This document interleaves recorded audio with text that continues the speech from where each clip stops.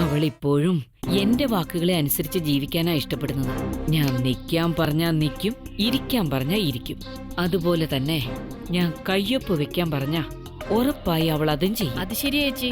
കാലത്ത് എനിക്കും ചെറുതായിട്ടൊരു പേടി തോന്നി. പക്ഷെ ഇപ്പൊ എന്റെ മനസ്സിനൊരു സമാധാനമൊക്കെ ആയി.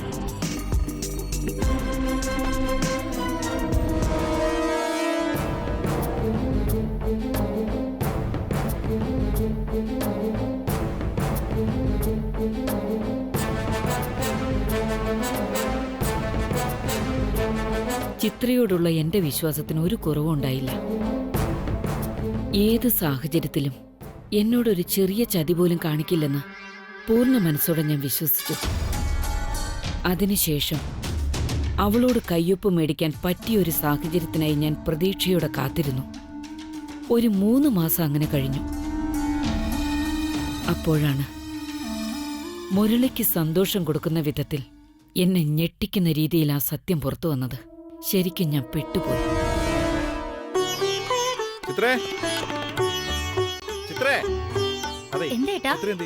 ഇഷ്ടിക ചൂളയിലേക്ക് പോവാണെന്ന് അമ്മയോട് പറയുന്ന കേട്ടു. ഇഷ്ടിക ചൂളയിലേക്കോ? അവളെന്തിനാ അങ്ങോട്ട് പോയി? എന്താന്നറിയില്ല. എന്നാ ശരി, നീ പൊയ്ക്കോ. മോനെ മുരളി, വാ, വന്ന് കഴിച്ചിട്ട് പോയേ. ഇപ്പൊ വിശക്കുന്നില്ല, പിന്നെ കഴിച്ചോളാം.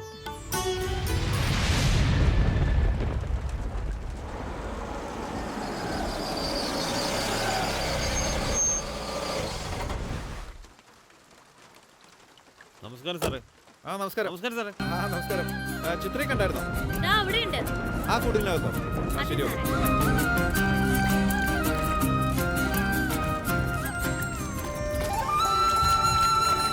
നമസ്കാരം സാറേ.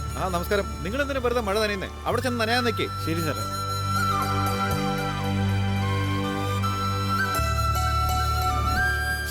ഈ മഴ കാരണം ജോലിയെല്ലാം നിന്നു പോയല്ലോ. അതെ, സാറ് വരുന്നു. നമസ്കാരം സാറേ. നമസ്കാരം. അകത്തുണ്ട് പോനെ. ദാ അവിടെ.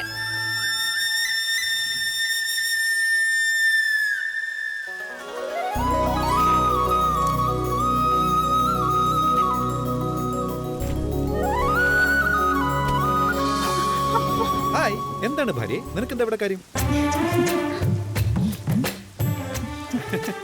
എന്താ കാര്യം എന്ന് ചോദിച്ചപ്പോ കുഞ്ഞുങ്ങളെ പോലെ ചോക്കൊണ്ട് പടം വരച്ചോണ്ടിരിക്കാ നീ. നീ എവിടേക്ക് നോക്കുന്നേ? എന്താ എഴുതി വെച്ചിരിക്കുന്നത്? നിങ്ങളൊരു അച്ഛനാകാൻ പോകുന്നു. അതിന് എടിയടി ചിത്രേ, നീ കാര്യമായിട്ട് പറഞ്ഞാണോ? അയ്യോ, അതായത് നമ്മുടെ അനന്തരാവകാശിയായിട്ടൊരു മോൻ ഉണ്ടാകാൻ പോകുന്നു. അതെന്താ കുഞ്ഞു ചിത്രയായ സമ്മതിക്കൂല? ഇനിയിപ്പോ 2 കുട്ടികളുണ്ടായാലും എനിക്കത് ഡബിൾ ഓക്കെ. എന്താ മോനെ വിശേഷം? എന്താ വിശേഷം? ഞാനൊരു അച്ഛനാവാൻ പോവാ. എനിക്കൊരു അനന്തരാവകാശം ഉണ്ടാവുകയെന്ന്. സാറേ, അച്ഛനാകാൻ പോകുന്നു അറിഞ്ഞപ്പോഴേക്കും ഇത്രയും സന്തോഷമാണെങ്കിൽ കുഞ്ഞുണ്ടായി കഴിഞ്ഞാ ഈ നാട് മൊത്തം ആഘോഷമാക്കുമല്ലോ. അല്ലാതെ ആഘോഷമായിരിക്കുന്നോ? ഈ നാട്ടില് മുഴുവൻ ഞങ്ങൾ സദ്യ സന്തോഷം കണ്ടില്ലേ? അപ്പൊ എന്റെ മോളെ ചിത്രേ, ഇനി ഞാൻ പറഞ്ഞാ പോലും നീ ഒരിക്കലും ബൈക്കിൽ കയറാൻ പാടില്ല. എവിടെ പോയാലും അത് കാറിൽ മാത്രം. എന്താ ഞാൻ പറഞ്ഞത് ശരിയല്ലേ? അതെ സാറേ, പറഞ്ഞ ശരിയാ. അതാണ്. എന്താ മുരളിയിട്ട ഇത്? പിന്നൊരു കാര്യം കൂടി പറയാനുണ്ട്. കൊച്ചു വയറ്റിലുള്ളിടത്തോളം കാലം കൊച്ചിന്റെ അച്ഛനോട് അനാവശ്യ ചോദ്യങ്ങൾ പാടില്ല. ഇപ്പൊ നമ്മൾ നേരെ വീട്ടിലേക്ക് പോകുന്നു, നിന്നെ അവിടെ ആക്കുന്നു, ഞാൻ നേരെ തിരിച്ചു വരുന്നു. എന്നിട്ട് അണ്ടിപ്പരിപ്പ്, ബദാം, പിസ്ത, കുങ്കുമപ്പൂവെല്ലാം വാങ്ങി ഞാൻ ഇന്ന് മുതൽ ഭയങ്കര ബിസി ആയിരിക്കും. ചിത്രമോളെ, മോള് ഭാഗ്യവതിയാണ്. ഇനി മുരളി സാറ് മോളെ ഒരു ചൂട് അങ്ങോട്ടോ ഇങ്ങോട്ടോ മാറാൻ അനുവദിക്കുന്നു തോന്നുന്നില്ല. ഇങ്ങനെയുള്ള ഭർത്താവിനെ കിട്ടണമെങ്കിൽ ഭാഗ്യം ചെയ്യണം. അപ്പൊ എല്ലാം പറഞ്ഞ പോലെ നിങ്ങൾക്ക് എല്ലാവർക്കും അവധി ആയതുകൊണ്ട് എല്ലാരും വീട്ടിൽ പോയി ആഘോഷിക്കൂ. ഓക്കെ ഓക്കെ ഓക്കെ, സമ്മതിച്ചു. ഓക്കെ, അപ്പൊ ഇനി എന്താണ് പരിപാടി? എനിക്ക് എത്രമാത്രം സന്തോഷമായി എന്നറിയോ? ഞാൻ ഒത്തിരി ഭാഗ്യം ചെയ്തവള മുരളിയിട്ട്. എന്തുമാത്രം കെയറിങ്ങോടെ എല്ലാരും നോക്കുന്നത്. ഒരു ഭാഗത്ത് അമ്മ, മറുഭാഗത്ത് മുരളിയിട്ട്. നിങ്ങളുടെയൊക്കെ സ്നേഹവും കരുതലും കാണുമ്പോ എന്താ പറയേണ്ടതെന്ന് പോലും എനിക്കറിയില്ല. എന്താടാ അത്? ഇങ്ങനെ കരയേണ്ട സമയമാണത്? അതേ, കുഞ്ഞു വയറ്റിലുള്ളിടത്തോളം കാലം ഇങ്ങനെയൊന്നും കരയാൻ പാടില്ല. എപ്പോഴും സന്തോഷത്തോടെ ഇരിക്കണം. എന്റെ ഭാര്യയുടെ കണ്ണ് നിറയുന്ന എനിക്ക് ഇഷ്ടമല്ല. പറഞ്ഞത് മനസ്സിലായല്ലോ? ഓക്കെ, ഞാനിപ്പോ നിന്റെ കൂടെ ഉണ്ടല്ലോ. എല്ലാം ഞാൻ നോക്കിക്കോളാം. ഓക്കെ ആണല്ലോ?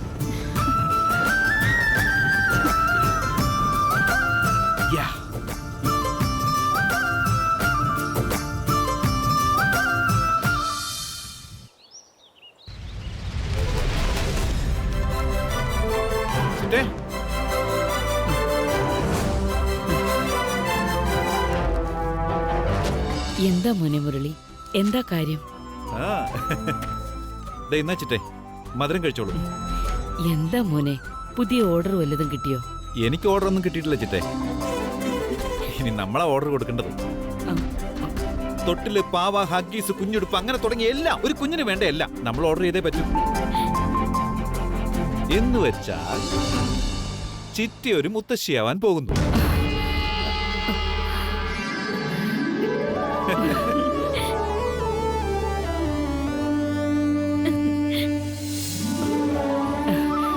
ഇതാ എടുത്തോടാ. ആമാ. സുഗു, ഇങ്ങോട്ട് വാ മോളെ.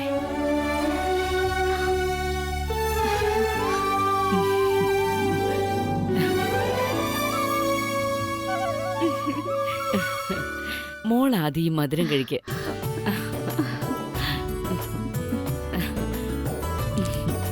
ഇപ്പൊ എന്റെ മനസ്സ് നിറഞ്ഞു മോളെ. ഇങ്ങനൊരു വാർത്ത കേൾക്കാൻ വേണ്ടിയാണ് ഇത്രയും കാലം ഞാൻ ജീവിച്ചിരുന്നത് തന്നെ. എനിക്കിപ്പോ ഒത്തിരി സന്തോഷായി. മോളെ ചിത്രേ, നീ ഈ വീടിനൊരു അനന്തരാവകാശിയെ തന്നിരിക്കുക. രേണു, ചേച്ചി രേണു, ദേ വരുന്നു ചേച്ചി. എന്തു പറ്റി ചേച്ചി? നമ്മുടെ ചിത്രമോൾക്ക് വിശേഷമുണ്ട്. സത്യാണോ? ആ, ഏയ് ഉമ്മ. ദാ സ്വീറ്റ് കഴിക്കും. ചിത്രേ, അമ്മേ, ഇനി മുതൽ നീ ഒരാളല്ലെന്ന് ഓർക്കണം. ഒത്തിരി കാര്യങ്ങളിൽ ശ്രദ്ധയുണ്ടാകണം. രേണു, ഇനി ചേച്ചി നീ വേണം ചിത്രയ്ക്ക് സമയാസമയത്ത് സൂപ്പും ജ്യൂസും ബദാമും കശുവണ്ടിയും എല്ലാം കൊടുക്കാൻ. ശരി ചേച്ചി. അവൾക്ക് കൊതിയുള്ളതെല്ലാം നീ ഉണ്ടാക്കി കൊടുക്കണം. നിന്റെ മനസ്സിൽ ഇനി ഒരു കുറവും ഉണ്ടാവാൻ പാടില്ല. അമ്മയെ കാണണമെന്ന് ആഗ്രഹം ഉണ്ടെങ്കിൽ ഇവിടെ വന്ന് താമസിച്ചോളാൻ പറ. ശരി അമ്മേ. രേണു, ചേച്ചി ഉച്ചയ്ക്ക് പായസവും സദ്യയൊക്കെ ഉണ്ടാക്കണം. നമുക്ക് മാത്രമല്ല, ഇന്നിവിടെ ജോലി ചെയ്യുന്ന എല്ലാവർക്കും സദ്യ നമ്മുടെ വീട്ടിൽ നിന്നാ. ശരി ചേച്ചി. മോളെ ചിത്രേ, എപ്പോഴും ഇങ്ങനെ പടി കയറി ഇറങ്ങുന്നത് നിർത്തണം. എന്ത് വേണമെങ്കിലും ഫോണിൽ പറഞ്ഞാൽ മതി. മോളില് മുറി കൊണ്ട് തരാൻ പറയാം. ഏയ്, അപ്പൊ നമുക്കൊരു കാര്യം ചെയ്യാം. ഇന്ന് വൈകുന്നേരം തന്നെ ഡോക്ടറെ പോയി കാണാം. ഓക്കെ ആണല്ലോ? പക്ഷെ ഇപ്പോ നീ കുറച്ചു നേരം റെസ്റ്റ് എടുക്കണം. എനിക്ക് ചെറിയൊരു ജോലിയുണ്ട്. അത് കഴിഞ്ഞാൽ ഉടനെ തന്നെ ഞാൻ തിരിച്ചു വന്നോളാം. ഓക്കെ മണിക്കുട്ടി, ഇവിടെ മോളിക്കുട്ടി കിട്ടും. പോയിട്ട് വരാം ചിറ്റേ.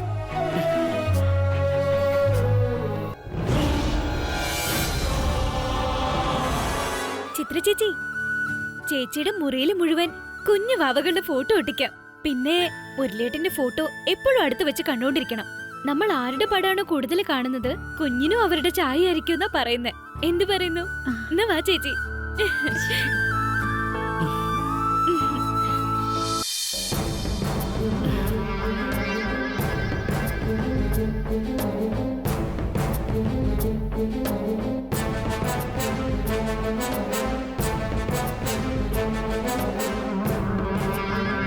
എന്താ ചേച്ചി ഇത്? കാര്യങ്ങൾ കൈവിട്ടു പോവാണല്ലോ. അവക്കാണെങ്കിൽ വിശേഷമായി. ഇനി എപ്പോഴാണ് നമ്മൾ സ്വത്തെഴുതി വാങ്ങുന്നത്? ഞാനും ഇത് ഇത്ര പെട്ടെന്ന് പ്രതീക്ഷിച്ചില്ല. ഇതെനിക്ക് വല്ലാത്തൊരു ഞെട്ടലായിപ്പോയി. കയ്യൊപ്പം മേടിക്കാൻ എന്താ ചെയ്യേണ്ടതെന്ന് ആലോചിക്കും. അവരുടെ ചിന്തയും ശ്രദ്ധയും കുഞ്ഞിന്റെ വളർച്ചയിൽ മാത്രമായിരിക്കുമ്പോൾ തന്നെ അവരറിയാതെ അവരുടെ കയ്യിൽ നിന്ന് കയ്യൊപ്പ് വാങ്ങിക്കണം.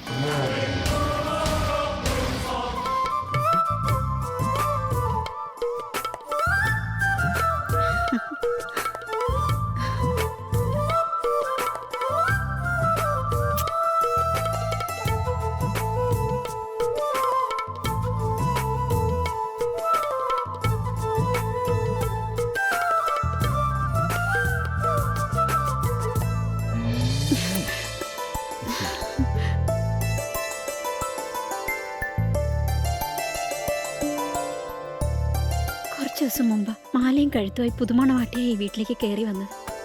എത്ര പെട്ടെന്ന് നാളുകൾ പോയത്. ഇനി മുതൽ നമ്മുടെ കൂടെ നമ്മുടെ കുഞ്ഞു വാവയും ഉണ്ടായിരിക്കും. അതൊക്കെ ഓർമ്മയുണ്ടാവണം. വികൃതിയൊന്നും പാടില്ല കേട്ടോ.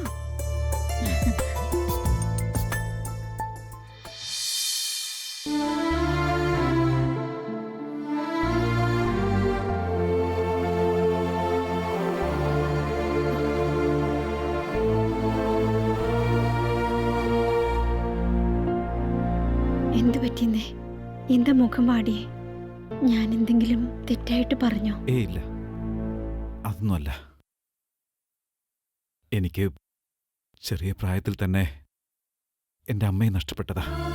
എങ്ങനെയൊക്കെയോ അത് അറിയാത്ത രീതിയിൽ ചിറ്റി എന്നെ വളർത്താൻ ശ്രമിച്ചാലും അമ്മയില്ല എന്നുള്ള ദുഃഖം അത് ശരിക്കും മിസ് ചെയ്യും. ഇപ്പം നമുക്കൊരു കുഞ്ഞ് ജനിക്കാൻ പോവാ. ആ കുഞ്ഞിന് ഒരു കുറവും വരാൻ പാടില്ല. സദാസമയവും സന്തോഷത്തോടെ നമ്മൾ അതിനെ നോക്കണം. കുഞ്ഞിനെ പറ്റി ആലോചിച്ചപ്പോൾ പെട്ടെന്ന് കണ്ണു നിറഞ്ഞുപോയി. എന്താ മുരളിയേട്ടാ, ഒരു കുറവുണ്ടാവാതെ നമ്മൾ ആ കുഞ്ഞിനെ പൊന്നുപോലെ വളർത്തില്ലേ? നിങ്ങൾ വിഷമിക്കല്ലേ. എനിക്കിപ്പോ ആ കുഞ്ഞിനെ കാണാൻ കൊതിയാവുക. വെയിറ്റ് ചെയ്യാൻ പറ്റുന്നില്ല. ആ കുഞ്ഞിനെ എനിക്ക് ലാളിക്കണം. നമ്മുടെ കുഞ്ഞിന്റെ കുഞ്ഞിക്കാലുകൊണ്ട് എൻ്റെ നെഞ്ചത്ത് ചവിട്ടണം. എന്നിട്ട് എനിക്ക് റോസാപ്പൂ പോലുള്ള കുഞ്ഞിക്കാലില് ഒരുപാട് മുത്തം കൊടുക്കണം. ആ കുഞ്ഞിന് ഒത്തിരി കഥ പറഞ്ഞു കൊടുക്കണം, താരാട്ട് പാടണം. എന്നിട്ട് നമ്മുടെ കുഞ്ഞ് വളരുമ്പോൾ എനിക്കതിനെ സ്കൂളിൽ കൊണ്ടുവിടണം. ശരിയേട്ടാ.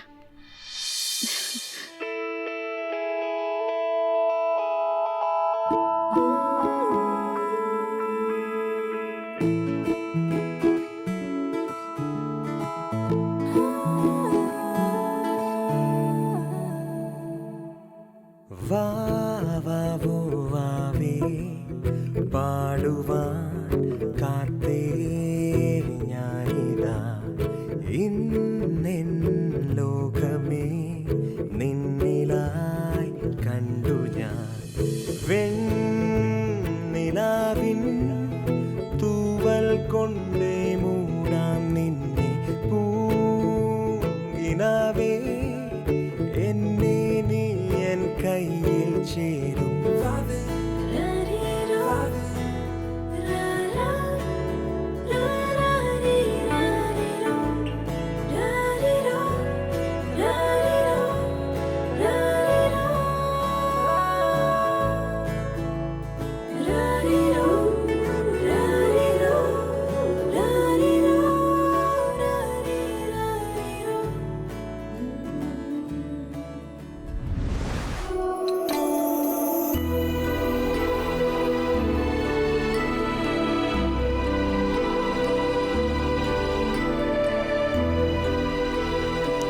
രണ്ടെണ്ണം കൂടെ കഴിച്ചിട്ട് പോ.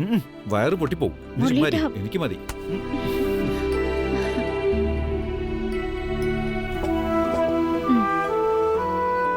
നീ കഴിക്കുന്നില്ലേ? ഞാൻ കുറച്ച് ചേട്ടാ. കഴിഞ്ഞ് കഴിച്ചോളാം.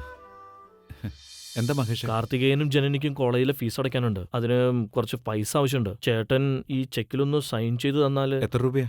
1,00,000 രൂപ ചേട്ടാ. ഇതെന്താടാ ചെക്കൊന്നും ഫില്ല് ചെയ്ത് കാണുന്നില്ല?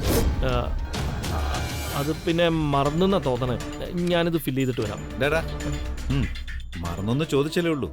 ഇങ്ങോട്ടാ.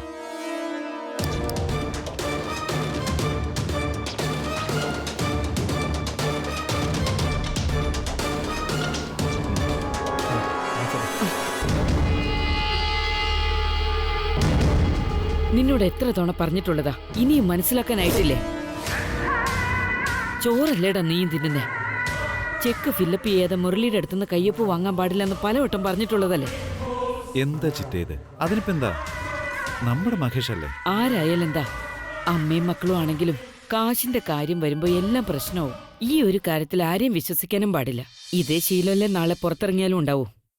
ആരെങ്കിലും കളിപ്പിക്കാൻ ശ്രമിച്ചാ പിന്നെ നമ്മൾ എന്താ ചെയ്യാ? ചിറ്റേ, വേറെ ആരെങ്കിലും ആണെങ്കിൽ ഞാൻ ഇതുപോലെ ഒപ്പിട്ട് കൊടുക്കൂ?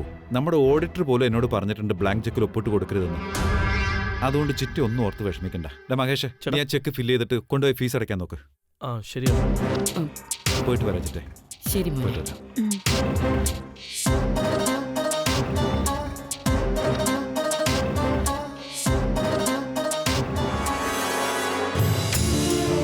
ചിത്രേ, നന്നായിട്ട് ശ്രദ്ധിച്ചോണം കേട്ടല്ലോ. മോളിൽ തന്നെ ഇരുന്നാ മതി. നിനക്ക് എന്ത് ആവശ്യമുണ്ടെങ്കിലും അവിടെ ഇരുന്ന് വിളിച്ചാൽ മതി. ആരെങ്കിലും കൊണ്ടുതരും. മനസ്സിലായല്ലോ? ഇനി മോളിലേക്ക് പോകാൻ താല്പര്യമില്ലെങ്കിൽ താഴെ ചിറ്റയുടെ കൂടെ വർത്താനം പറഞ്ഞിരുന്നു. ഓക്കെ ആണല്ലോ? ശ്രദ്ധിക്കണേ. ഞാൻ ഒരിക്കൽ കൂടെ പറയാ, അശ്രദ്ധ തീരെ പാടില്ല. നടക്കുമ്പോഴും ഇരിക്കുമ്പോഴൊക്കെ സൂക്ഷിക്കണം കേട്ടല്ലോ. ശരിയെന്നേ. എന്റെ തുങ്കക്കൂട.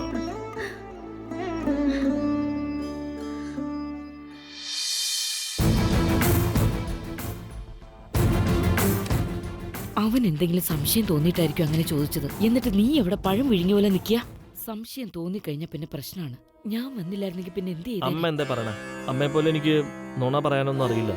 അമ്മ എത്ര പെട്ടെന്ന് ഇങ്ങനെ മാറ്റി മാറ്റി നുണ പറഞ്ഞുകൊണ്ടിരുന്നത്. അങ്ങനെ ചെയ്യാൻ മറ്റുള്ളവരുടെ മനസ്സ് മനസ്സിലാക്കി അവരുടെ ബുദ്ധി പ്രവർത്തിക്കുന്നതിനനുസരിച്ച് നമ്മളും പ്രവർത്തിക്കണം. ആ സാമർത്ഥ്യം നിന്റെ അമ്മയ്ക്ക് മാത്രമേ ഉള്ളൂ. അത് മനസ്സിലാക്ക. അതൊക്കെ പോട്ടെ. ഈ ചെക്കില് 10 ലക്ഷം ഫില്ലപ്പ് ചെയ്യണം. എന്നിട്ട് ഇന്ന് തന്നെ എടുക്കണം. അത് മതിയോ അമ്മ? തൽക്കാലം അത് മതി മോനെ. പോയി എടുത്തിട്ട് വാ. മഹേഷേ, സൂക്ഷിക്കണം. ബാങ്കുകാര് ഒരു കാരണവശാലും മുരളിക്ക് ഫോൺ ചെയ്യാനിടയാവരുത്. എന്തെങ്കിലും പറഞ്ഞ് മാനേജ് ചെയ്തോണം.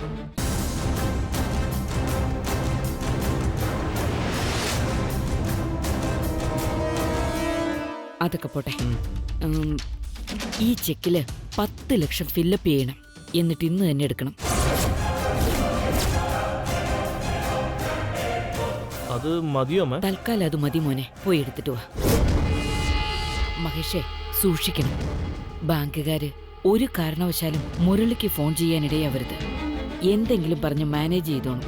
എന്നിട്ടും അവർ ഫോൺ ചെയ്യാൻ ശ്രമിച്ചാ മുരളി പറഞ്ഞിട്ടാന്നും പറഞ്ഞ് വഴക്കുണ്ടാക്കിയാലും സാരമില്ല. പിന്നെ പണം എടുത്തിട്ട് നേരെ എന്റെ മുറിയിലേക്ക് വന്നോണം. മറ്റാരും ഇത് അറിയാൻ പാടില്ല. ആരും കാണരുത്. മനസ്സിലായല്ലോ? മനസ്സിലായി അമ്മ. ഞാൻ നോക്കിക്കോളാം.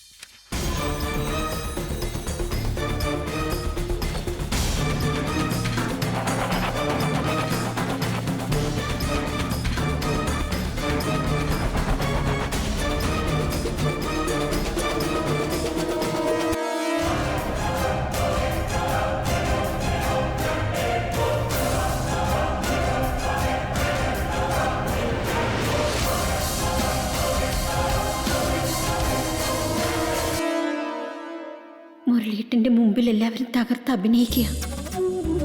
1 ലക്ഷം രൂപയെന്ന് പറഞ്ഞിട്ട് ഇപ്പൊ 10 ലക്ഷം രൂപയാണ് വിത്ഡ്രോ ചെയ്യുന്നത്. ഇത് മുരളിയേട്ടൻ അറിഞ്ഞാൽ എത്രമാത്രം വേദനിക്കും. ഇതുപോലെ എത്ര തെറ്റുകൾ ഇവിടെ നടക്കുന്നുണ്ടായിരിക്കും. നീ വിചാരിക്കുന്ന പോലെ നല്ലവളല്ല മോളെ. എന്തായാലും മോളും സൂക്ഷിക്കുന്നത് നല്ലതാണ്. അമ്മയെ നമ്മുടെ വീട്ടുകാർ മാത്രമല്ല, നാട്ടിലുള്ളവരും ഒത്തിരി ബഹുമാനിക്കുന്നുണ്ട്. അങ്ങനെയുള്ളപ്പോൾ അമ്മയെക്കുറിച്ച് സംശയിക്കുന്ന രീതിയിൽ എന്നോട് പറഞ്ഞാൽ അത് ശത്രുതയല്ലേ ഉണ്ടാക്കുകയുള്ളൂ. നിന്റെ വിശ്വാസം നിന്നെ രക്ഷിക്കട്ടെ മോളെ. പക്ഷെ തീർച്ചയായും നീ ഒരു ദിവസം കാര്യങ്ങൾ മനസ്സിലാക്കും. അപ്പം നീ തിരിച്ചറിയും.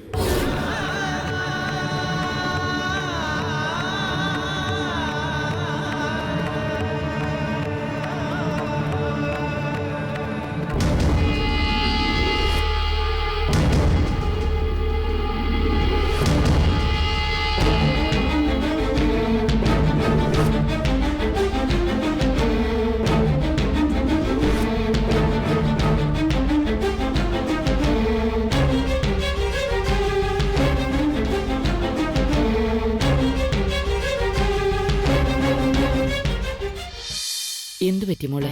നിന്റെ മുഖം എന്താ വല്ലാതിരിക്കുന്നേ? ഒന്നുമില്ല, എന്തോ ഒരു തലവേദന പോലെ. ചായ എടുക്കാൻ പറയട്ടെ മോളെ? വേണ്ട, എനിക്കിപ്പോ ഒന്നും വേണ്ട.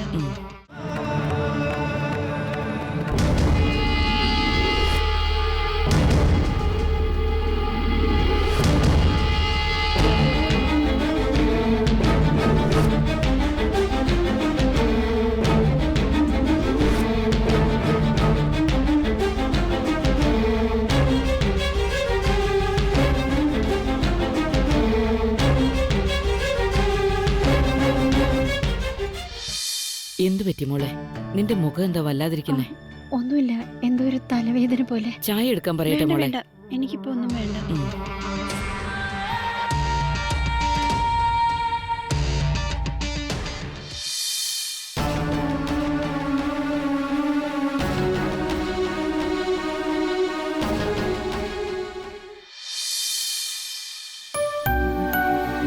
അച്ഛൻ പറഞ്ഞപ്പോ പോലും ഞാൻ വിശ്വസിച്ചില്ല. അച്ഛനെയാണ് ഞാൻ വഴക്ക് പറഞ്ഞത്. അന്നേ അച്ഛൻ എന്നോട് പറഞ്ഞതാണ് അതൊക്കെ എല്ലാം മനസ്സിലായിക്കൊള്ളുന്നു. അന്ന് അച്ഛൻ പറഞ്ഞ വാക്കുകൾ ഇന്ന് സത്യമായിരിക്കാം.